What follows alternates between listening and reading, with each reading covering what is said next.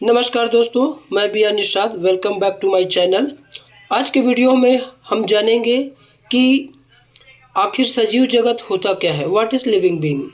सजीवों के क्या क्या कैरेक्टर्स होते हैं, क्या क्या लक्षण होते हैं, क्यों सजीवों को अलग अलग कैटेगरीज में बांटना पड़ा। दोस्तों, वीडियो पसंद आए तो अपने सभी मित्रों के पास शेयर करना बिल्कुल ना भूलें, क्योंकि आज की इस वीडियो में बायोलॉजी से रिलेटेड जितने भी आपके मन में डाउट्स हैं, जो क्वेश्चंस हैं, उसको सरल शब्दों में बताने का प्रयास किया गया है तथा इस विषय से संबंधित किसी भी प्रकार की आपको प्रॉब्लम्स या अड़चनें आती हैं, दिक्कतें आती हैं, तो हमें कमेंट करके बताना बिल्कुल ना भूलें। सबसे पहले जानने का प्रयास करेंगे कि सजीव है क्या। What are livings. जैसा कि आप सभी जानते हैं कि विज्ञान की वह शाखा जिसके अंतर्गत सजीवों का, जीवों का अध्ययन किया जाता है, उसके बारे में पढ़ा जाता है, तो उसे जीव विज्ञान कहा जाता है। परंतु प्रश्न अब उठता ये है कि आखिर ये सजीव है क्या। तो इसके बारे में हम कह सकते हैं दोस्तों, सरल शब्दों में, जिसमें जीवन है वही सजीव हो सकता है, या सजीव उन्हें कहा जाता है जिसमें जीवन होता है तथा जिसमें समस्त जैविक प्रक्रियाएं, बायोलॉजिकल एक्टिविटीज संपन्न होती है, उसे सजीव कहा जाता है। मेरे सामने ये प्रश्न उठता है दोस्तों कि आखिर ये जैविक प्रक्रिया मीन्स बायोलॉजिकल प्रोसेस एक्टिविटीज होती क्या है। तो बायोलॉजिकल प्रोसेस या जैविक प्रक्रिया जीवों में होने वाली एक ऐसी प्रक्रिया होती है, ऐसी प्रोसेस होती है जो कि जीवों में स्वतः ही होती रहती है, जिसे ही बायोलॉजिकल एक्टिविटीज़ या जैविक प्रक्रिया कहते हैं। जैसे वृद्धि, विकास, प्रजनन, श्वसन, अनुकूलता, उनमें पाए जाने वाली संवेदनशीलता, गति, प्रचलन, उत्सर्जन इत्यादि सभी बायोलॉजी के अंतर्गत आते हैं। दोस्तों, वृद्धि क्या है, सबसे पहले जानते हैं। जीवों के भार तथा आयतन में होने वाले निरंतर परिवर्तन ही वृद्धि कहलाता है।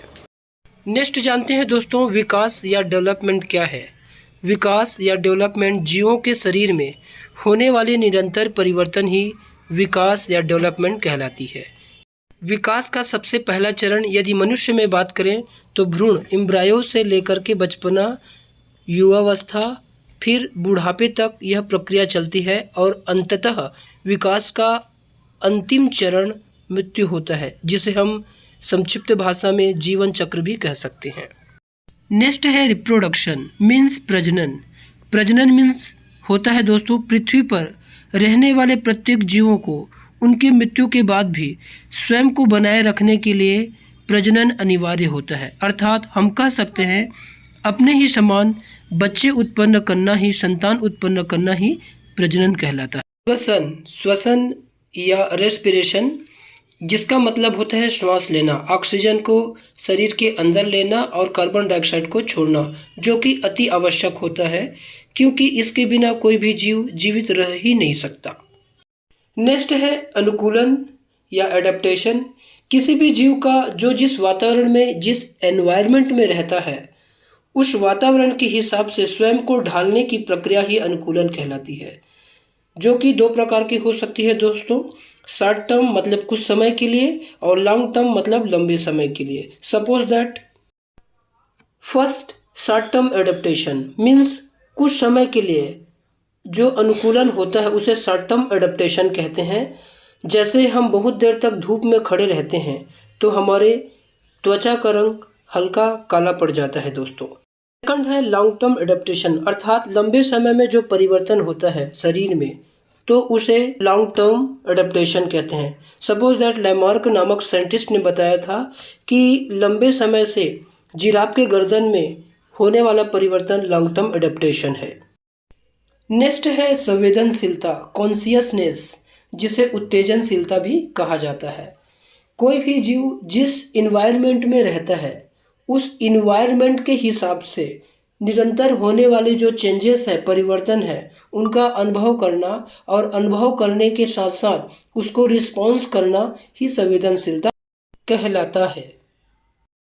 जैसे आप छुई मुई के पौधे की पत्तियों को छुओगे तो उनकी पत्तियां तुरंत ही सिकुड़ जाती है, तुरंत रिस्पॉन्स करती है, जो कि संवेदनशीलता का सबसे बेस्ट उदाहरण माना जाता है दोस्तों। इसके अलावा बंद कमरे में रखे पेड़ का सूर्य प्रकाश की ओर मुड़ना भी संवेदनशीलता का उदाहरण है। नेक्स्ट है दोस्तों गति तथा प्रचलन। जीवों में गति तथा प्रचलन दोनों पाया जाता है, लेकिन गति और प्रचलन एक ही जैसा लगता है, लेकिन दोनों में अंतर है दोस्तों। कैसे? गति मीन्स होता है मूवमेंट, और मूवमेंट मीन्स होता है एक ही जगह रह करके डायरेक्शन, दिशा में जो परिवर्तन होता है उसे गति कहा जाता है। तथा प्रचलन लोकोमोशन, जीवों का एक स्थान से दूसरे स्थान पर जब स्थान परिवर्तन होता है तब उसे लोकोमोशन या प्रचलन कहा जाता है। नेक्स्ट है उत्सर्जन। उत्सर्जन मतलब होता है हमारे शरीर में जो अपचित भोज्य पदार्थ होते हैं या टॉक्सिक सब्सटेंस होते हैं उसे शरीर से बाहर करने की प्रक्रिया ही उत्सर्जन या एक्सक्रीजन कहलाती है दोस्तों। नेक्स्ट जानेंगे दोस्तों कि आखिर सजीव जगत को कितने भागों में डिवाइडेड किया गया है, कितने वर्गों में डिवाइडेड किया गया है। सजीव जगत को मुख्यतः 5 भागों में डिवाइडेड किया गया है। जगत मोनेरा, जगत प्रोटिस्टा, जगत कवक, जगत प्लांटी और जगत एनिमेलिया में डिवाइडेड किया गया है दोस्तों। थैंक्स फॉर वॉचिंग दोस्तों, आप सभी का बहुत बहुत धन्यवाद। वीडियो पसंद आए तो लाइक, सब्सक्राइब, शेयर जरूर कीजिएगा।